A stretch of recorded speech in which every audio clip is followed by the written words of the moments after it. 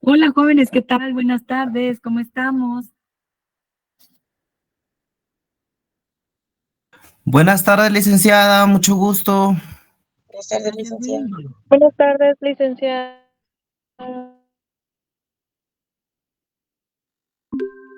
¿Cómo estamos? Buenas tardes a todos y a todas, ya estamos grabando. Veo que Andrés levantó la mano. Disculpe, licenciada. Ok, solo fue ahí un accidente con el botón. Ok, bueno. Entonces, hoy vamos a hablar acerca de la independencia, ¿verdad? Vamos a ver los capítulos. El capítulo que se llama Implantación de Intendencias, que en el libro de este año empieza en la 159. Y también, ¿qué tal, Sara? Buenas tardes. Y el capítulo que se llama Hacia la Independencia, ¿verdad? Que es el 169. Mire, voy a tratar ahí de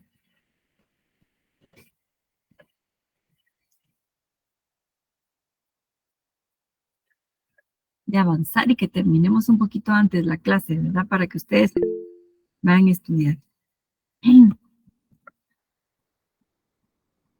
Sí, ¿qué tal, Sara? Usted levantó la mano.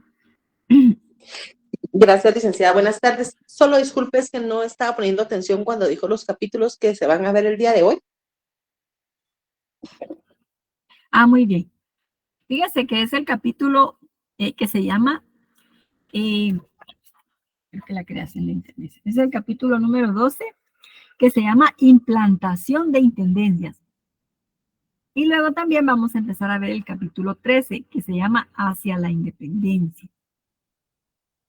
Entonces, empezaríamos en la página 159.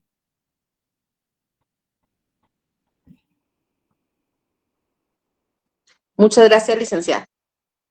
Con gusto, Sara. Bueno, pues fíjense que varias décadas antes de la independencia hubo unos cambios, una reforma administrativa que fue bien importante. Resulta que hubo un cambio de monarquía. De los Habsburgos se pasó a los Borbones, por eso se les llama reformas borbónicas. Me van a decir ustedes, pero bueno, ¿y por qué pasó eso, verdad? Resulta que Carlos II, este que ustedes ven acá, a él los españoles le llamaban Carlos el Hechizado, porque estaba muy enfermo y no pudo tener descendencia. Entonces, para la monarquía eso es un gran problema, ¿verdad? Porque el trono, pues hay que heredárselo a los hijos, ¿verdad? Y entonces, bueno, si se le deja al hijo mayor, pues hay mucha claridad, ¿verdad? Ya toda la familia sabe, los enemigos, pero en el caso de Carlos, eh, él dijo que quería que su sucesor fuera su sobrino Felipe d'Anjou, que era eh, francés, ¿verdad? Y precisamente era de los Borbones. Entonces, obviamente dentro de la nobleza española, ¿verdad? Y familiares de Carlos II y otros, pues empezó una guerra por la sucesión. En el ínterin, pues él falleció y pues continuó la guerra y finalmente sí le dieron el trono a Felipe d'Anjou y él escogió que se quería llamar Felipe V de España. Entonces, esto va a significar, va a representar cambio administrativo bien importante, como les decía, porque obviamente cuando alguien asume un cargo, pues entonces lo primero que va a hacer, pues pedir informes, ¿verdad? De cómo está la situación. ¿Qué creen ustedes que pudo haber hecho Felipe V? O sea, ¿qué medidas tomó? Viene de Francia, ¿verdad? Llega a Madrid y bueno, ¿y ahora qué? ¿Cuáles eran los primeros pasos que tenía que tomar? ¿Qué tenía que hacer allí para saber cómo empezar?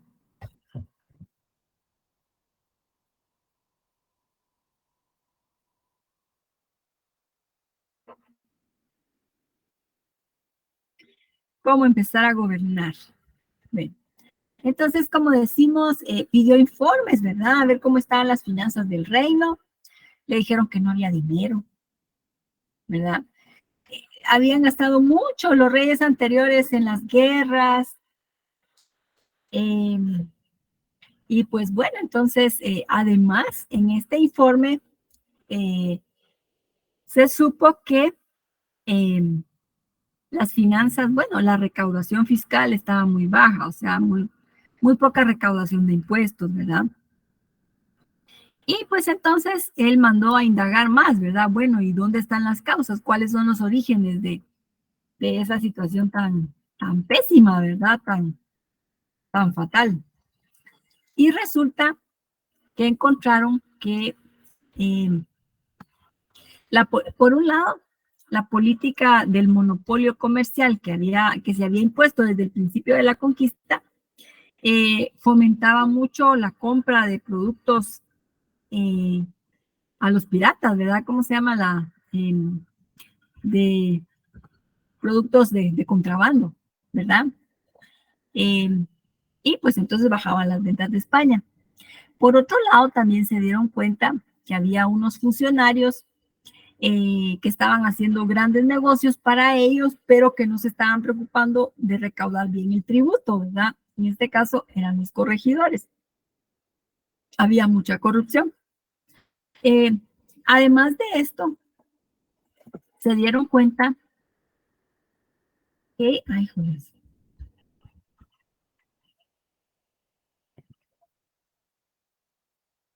no sé si ustedes me ven ahorita. Ay, Dios. Ay, qué bueno. No sé qué presioné que me apareció en la pantalla toda así, en blanco. Bueno. Entonces se dieron cuenta que también los criollos de la capital estaban haciendo grandes negocios y no dejaban, monopolizaban también el comercio, ¿verdad? Y que no permitían que los criollos de las provincias pudieran también comercializar sus productos. Entonces decidieron, dentro de las principales medidas para reformar cómo el Estado español controlaba sus colonias, centralizar el poder, ¿verdad? O sea, tener más control, recuperar el control que se tenía sobre las colonias, porque como los reyes anteriores se le habían pasado en guerras, realmente se habían desconectado, se habían desentendido de América, ¿verdad? Además, incrementar la recaudación. Y entonces, para poder eliminar los corregimientos, se pensó, bueno, vamos a eliminar ese cargo de corregidor, ya no van a haber corregimientos, y ahora vamos a crear intendencias. Las intendencias eran unidades más grandes. Si vemos acá, estas líneas punteadas muestran esa división política, ¿verdad? Entonces, la capitanía de Guatemala quedó dividida en 5, ¿verdad? Quedó la provincia de Guatemala, que es donde estaba la capital del reino, y luego se creó la intendencia de Ciudad Real, aquí en Chiapas, y la intendencia de Honduras o Comayagua, la de San Salvador, la de Nicaragua y la de Costa Rica, ¿verdad?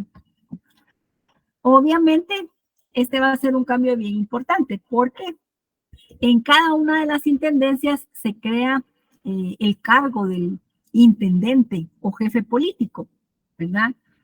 Que viene a tener una relación directa con la corona, allá con España. Ya no pasar directamente o no pasar primero, digamos, por el capitán general, que era como que la máxima autoridad en la capitanía, ¿verdad?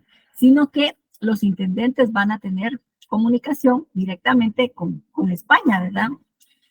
Y si vemos, esto fue bien importante cuando va avanzando ya y nos vamos acercando a la independencia, porque por un lado fomentó el liderazgo que había, el liderazgo de los criollos de las otras provincias. Además, generó también la identificación local, ¿verdad? Como que más amor ya solo a, digamos, los que estaban en Honduras, los de San Salvador, identificación solo con su terruño, ¿sí? Eh, y pues va a descentralizar el poder. Y pues aquí van a empezar a surgir los países que ahora conocemos como Centroamérica, ¿verdad? A partir de esta nueva división, de esa reorganización, ¿verdad? Administrativa.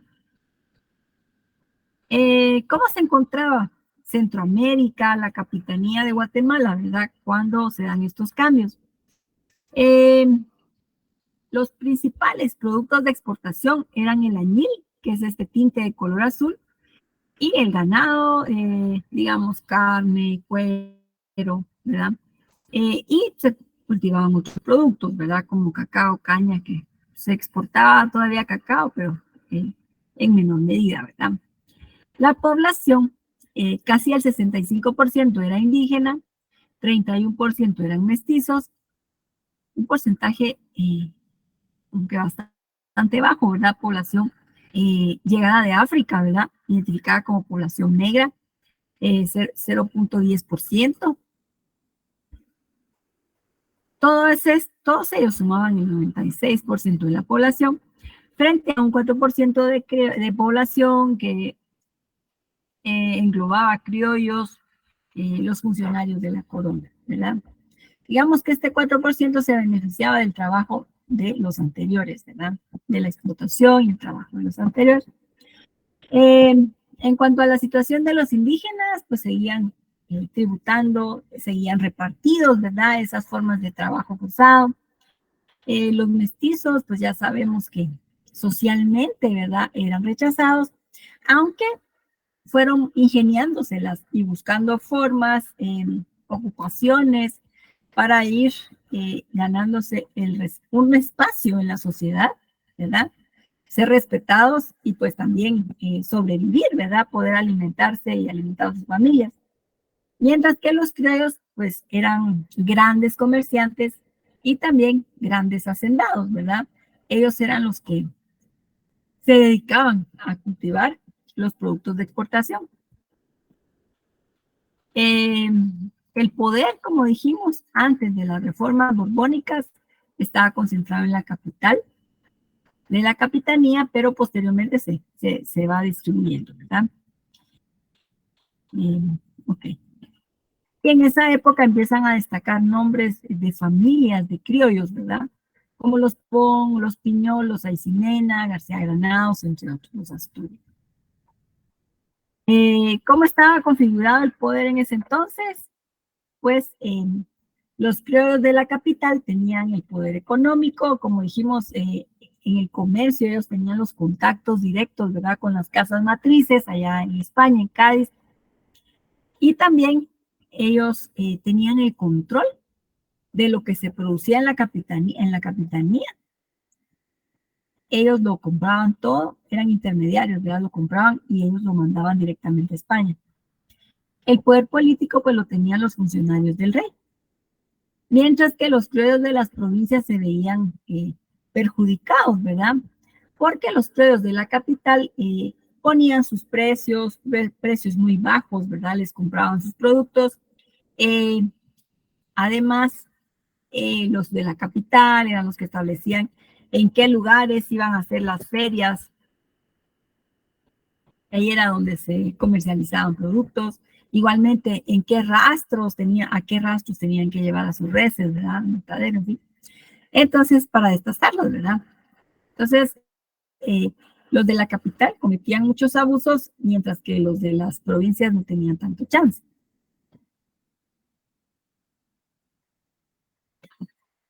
Lo que vamos a ver entonces, cuando se crean las intendencias, ahí se abren espacios para los criollos de las provincias puedan empezar a buscar otros espacios para colocar sus productos, ¿verdad? Y también se construyó el puerto de Omoa en Honduras para dar salida, ¿verdad? A los productos de las provincias, a los productos que ellos iban a exportar, ¿verdad? Para irle quitando un poco de peso y de espacio a los criollos de la capital. Entonces, no sé si aquí tengamos alguna consulta, alguna duda.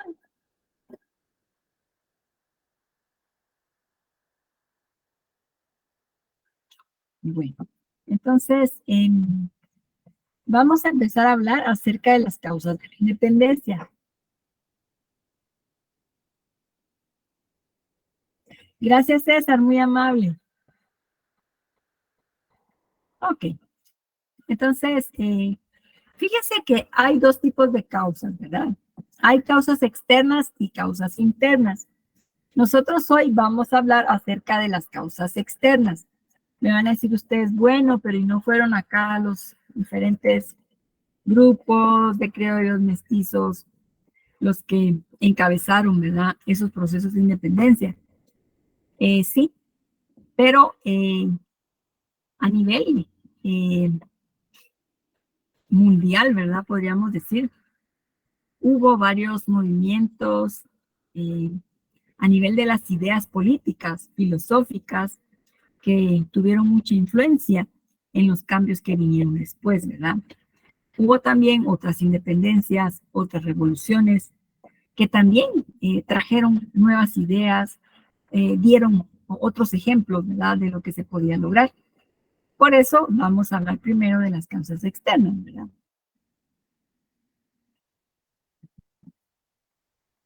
Ok, entonces vamos a empezar por el liberalismo inglés.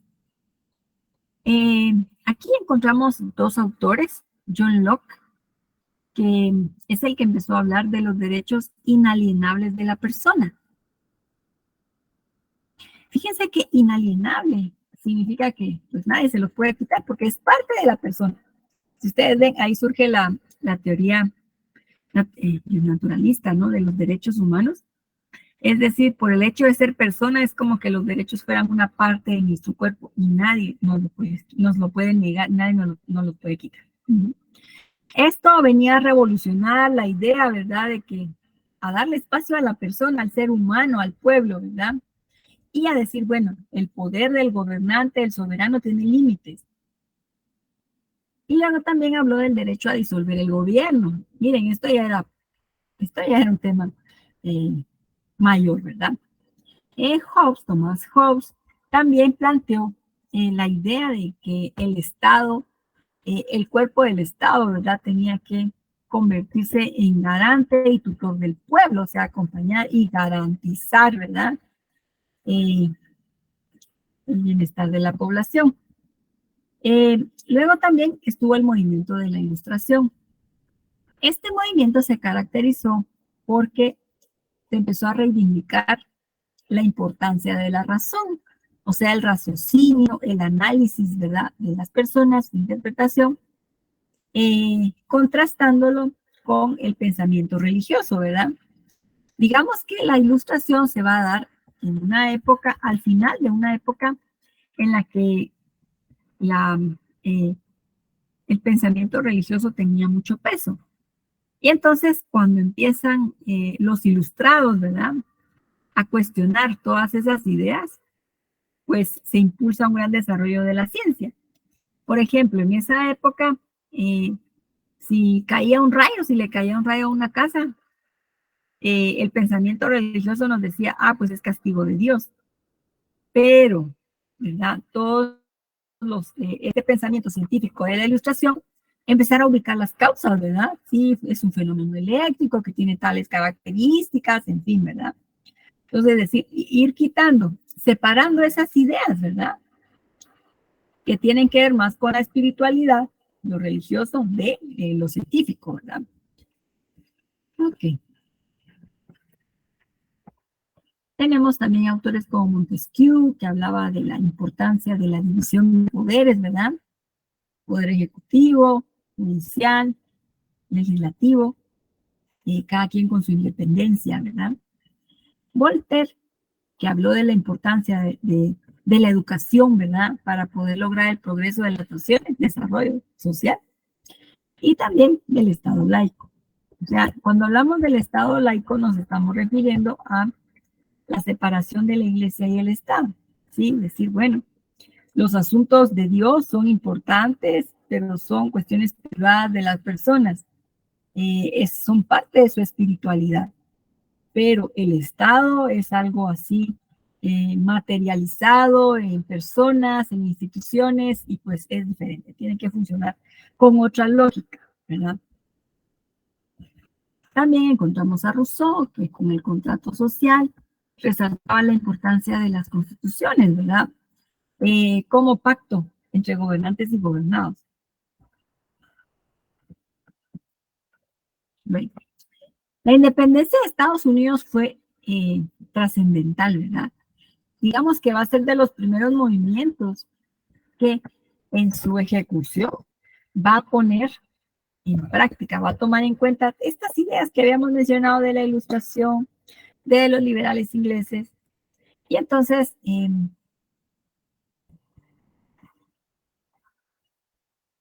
con esta, la independencia estadounidense, se va a proclamar que los hombres nacen iguales y tienen derechos inalienables, ¿verdad? Nadie se los puede quitar, a la vida, a la libertad, a ser felices.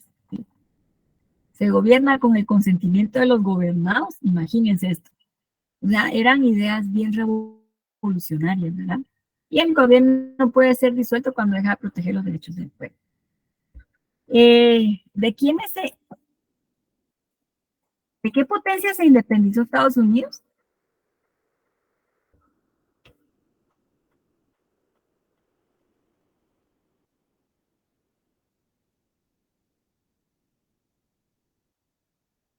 ¿De quién se independizó Estados Unidos?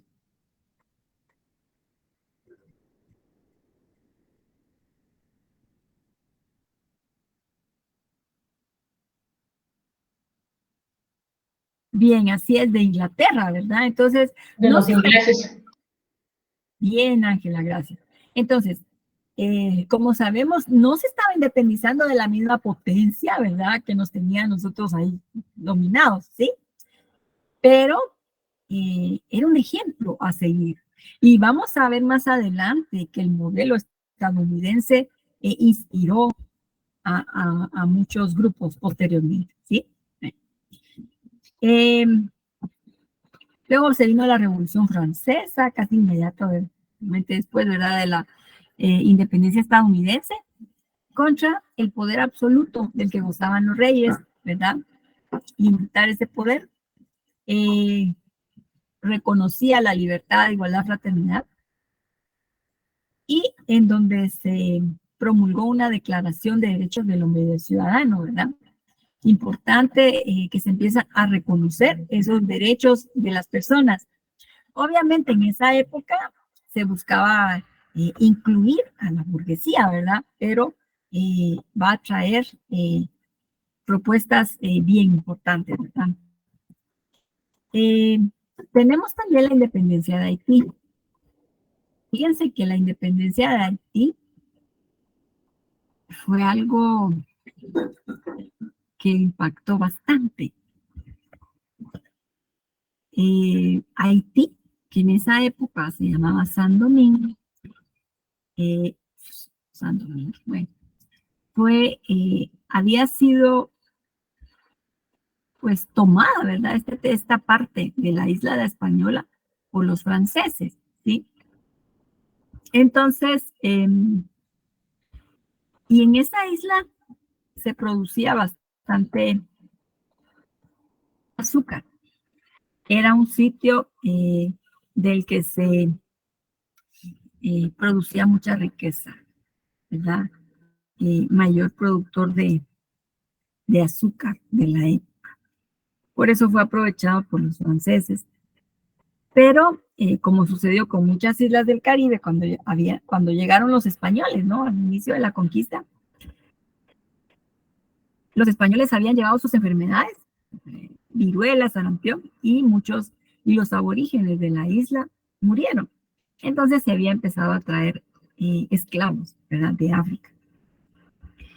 Cuando se empieza a buscar la independencia, entonces van a ser miles de esclavos, algunos mulatos que eran libres, ¿verdad?, los que van a encabezar esa revolución, ¿sí?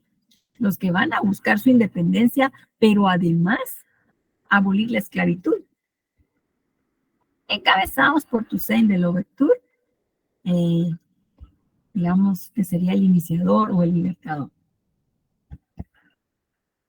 Obviamente, si todavía en la actualidad vemos que hay mucho racismo en contra de esta población afrodescendiente, en esa época era mucho peor. Entonces, saber que esa revolución se había realizado con gran cantidad de esclavos, mulatos, entonces fue algo muy desafiante para la autoridad. Obviamente, cuando el rey de España se entera de esto, pone sus barbas en remojo, ¿verdad? Bueno, tenemos que ver cómo calmamos el asunto entonces en las colonias, cómo hacemos para que no se vaya a extender esas ideas, que no contaminen, ¿verdad? Ok. Napoleón Bonaparte, dentro de su búsqueda de construir su imperio, ¿verdad? Ocupó España. Fíjense que engañó al rey español y le dijo que solo le estaba pidiendo permiso para poder llegar a Portugal.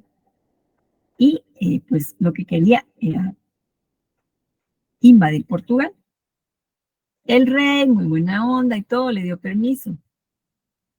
Y entonces, lo primero que hizo Napoleón fue apresar al rey, apresar a su hijo, ¿verdad? Que era el sucesor. Nombró a su hermano José Bonaparte como rey de España. Y entonces empezaron a invadir y a conquistar los poblados españoles. Cuando se da esta invasión de los franceses, los españoles, el pueblo español reacciona y empiezan a pelear. O sea, no solo los soldados, sino que también las señoras, los niños, como podían, con piedras, tirándoles palos, les aventaban agua hirviendo cuando los soldados se acercaban a los poblados. Entonces, generó muchas reacciones, ¿verdad? Los españoles, pues, no los querían.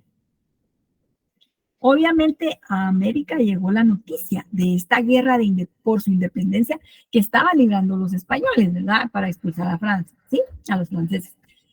Y pues aquí todo el mundo comentando, ¿verdad? Y tratando de ver qué más información llegaba. Napoleón Bonaparte, dentro de las cosas importantes, como un legado, ¿verdad? Que va a dejar para España y también para sus colonias, fue que en 1808 hizo que se promulgara la Constitución de Bayona. La Constitución de Bayona va a ser la primera constitución que va a tener España y también aplicaba para las colonias españolas en el Nuevo Mundo. Nunca entró en vigencia Bayona, pero va a servir de ejemplo, ¿verdad? Va a sembrar ahí la idea de que es importante tener una constitución que establece los derechos del pueblo, le pone límites al poder, que establece una orientación ideológica también, ¿verdad? Del proyecto que la impulsa, en fin. Sí, ¿qué dice Michelle? Buenas noches. Buenas noches, Lick. Solamente no escuché en qué año fue lo de la Constitución de Bayona.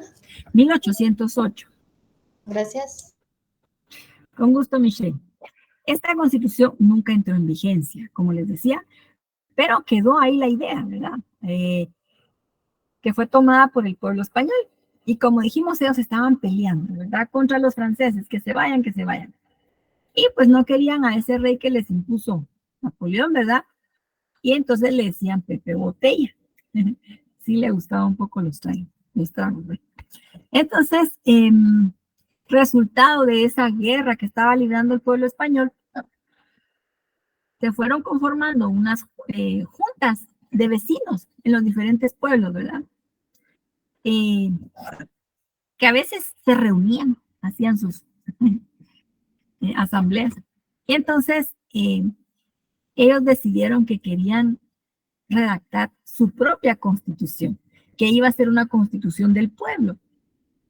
Y lo que hicieron entonces fue invitar también a las colonias acá en América para que mandaran a sus representantes. Yo no sé si ya vieron ustedes esto en Introducción al Derecho, pero para poder redactar una constitución se convoca a una asamblea constituyente se vota, el pueblo vota para elegir a los diputados que lo van a representar, y esos diputados son los que elaboran la nueva constitución. Entonces, para esa constituyente, que en esa época se le llamaba convocar a cortes, esa era una constituyente, pues invitaron también a las colonias en América. De parte de Guatemala fue el clérigo Antonio de Larrazábal, y llevó documentos para enriquecer la discusión, ¿verdad? Obviamente, aquí no votó toda la población. Quienes eligieron a Larrazábal fueron las personas más adineradas, ¿verdad? Que eran las que tenían propiedades, hombres, ¿verdad? Adinerados que podían votar.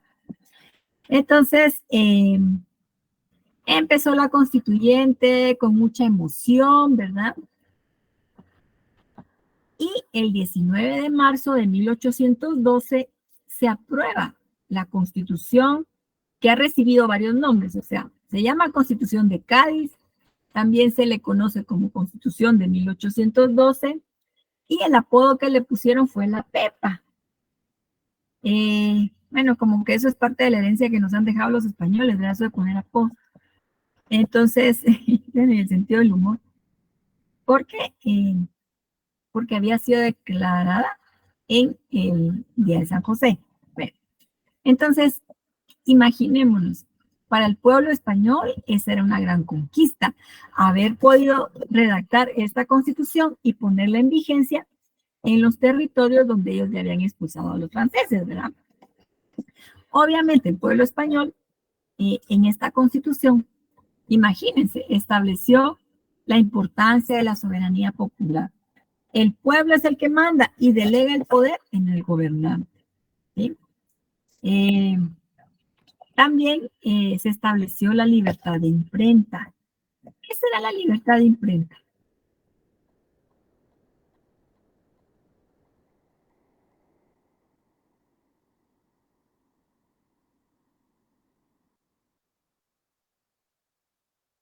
Alguien que nos diga, a ver, ¿qué es la libertad de imprenta?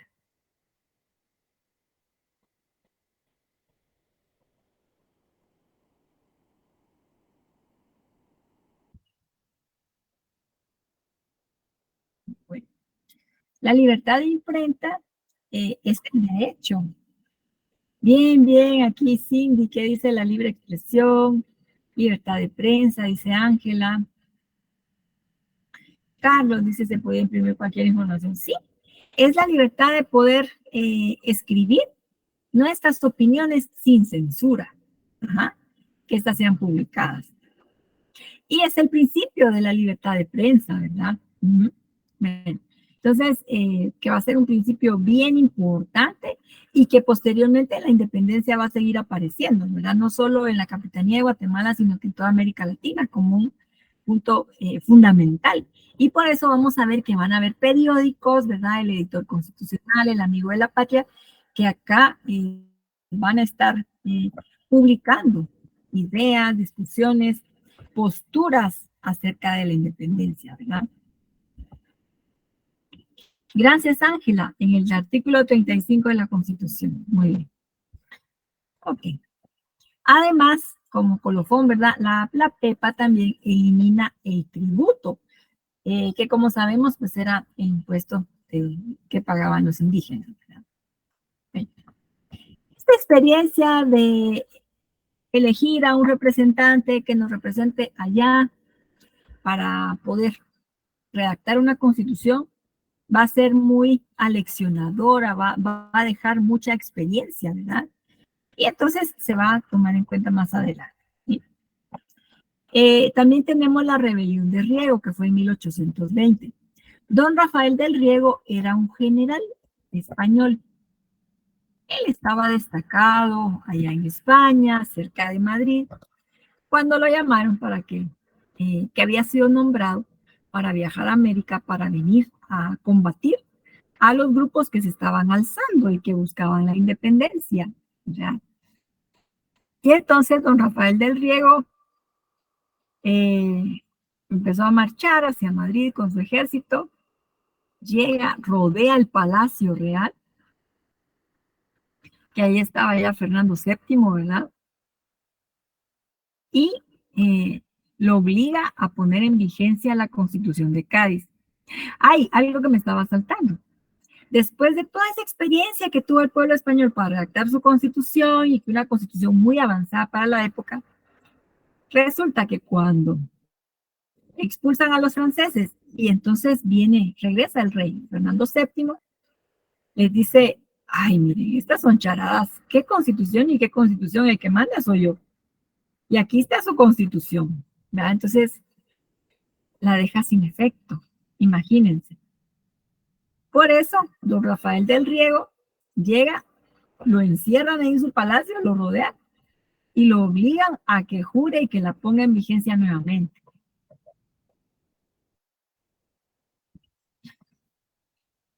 Bueno, luego también tenemos la Guerra de Independencia de México, que aquí ya es un vecino, ya así que muy cerca, ¿verdad? De nosotros, ¿sí? O sea, ya del virreinato de la Nueva España. Como podemos ver, no se menciona a secas solo independencia de México, sino que es la Guerra de Independencia, porque duró alrededor de 11 años. Inició en 1810 con el levantamiento encabezado por el cura Miguel Hidalgo y Costilla, que da el grito de Dolores y encabezando un ejército de bastantes campesinos y algunos mestizos, todos, en fin, empieza a pelear contra algunos criollos que eran abusivos, les quitan tierras, en fin. Entonces, así empieza la independencia de México. Bueno, luego apresan a don Miguel Hidalgo y, pues, y lo ejecutan, ¿verdad? Más avanzada la Guerra de Independencia, aparece este señor Agustín de Iturbide, que va a proponer este documento que se conoce como Plan de Iguala. Ya ahí estamos hablando de febrero de 1821. Entonces, en ese documento se establecen 3 puntos. El primero es que Iturbide propone que se declare la independencia de España, pero que Fernando VII siga siendo el rey de la Nueva España. Imagínense eso, ¿verdad? O sea, nos independizamos, pero no mucho, ¿verdad? Bueno, Iturbide era un general español, ¿sí? Que estaba ahí, que quería protagonizar. El segundo punto era el reconocimiento de la Iglesia Católica como la única que podía funcionar, operar en estos reinos, ¿verdad? En ese territorio. Y también la protección de los religiosos y de sus propiedades. El tercer punto era la unión del pueblo sin distinciones, es decir, proclamaba la unión entre indígenas, mestizos, criollos, etcétera, ¿verdad? Estos 3 puntos van a ser bien importantes para nosotros, porque aunque esta era la propuesta de independencia de Iturbide, y que luego los mexicanos no la quisieron y lo derrocaron, y en fin,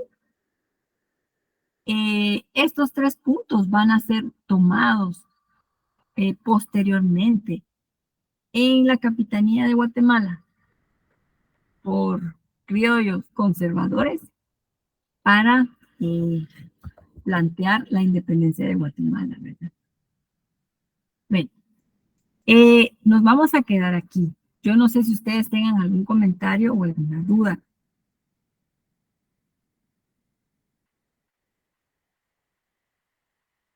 Por el momento no, licenciada, todo está claro. Gracias. Ok, William, gracias. Miren, entonces yo mejor dejo hasta aquí la clase. Bueno, de todas maneras sí estamos en las I-44, ¿verdad? Pero bueno, por lo menos ahí un poco antes, ¿verdad? Para que ustedes tengan más chance de estudiar.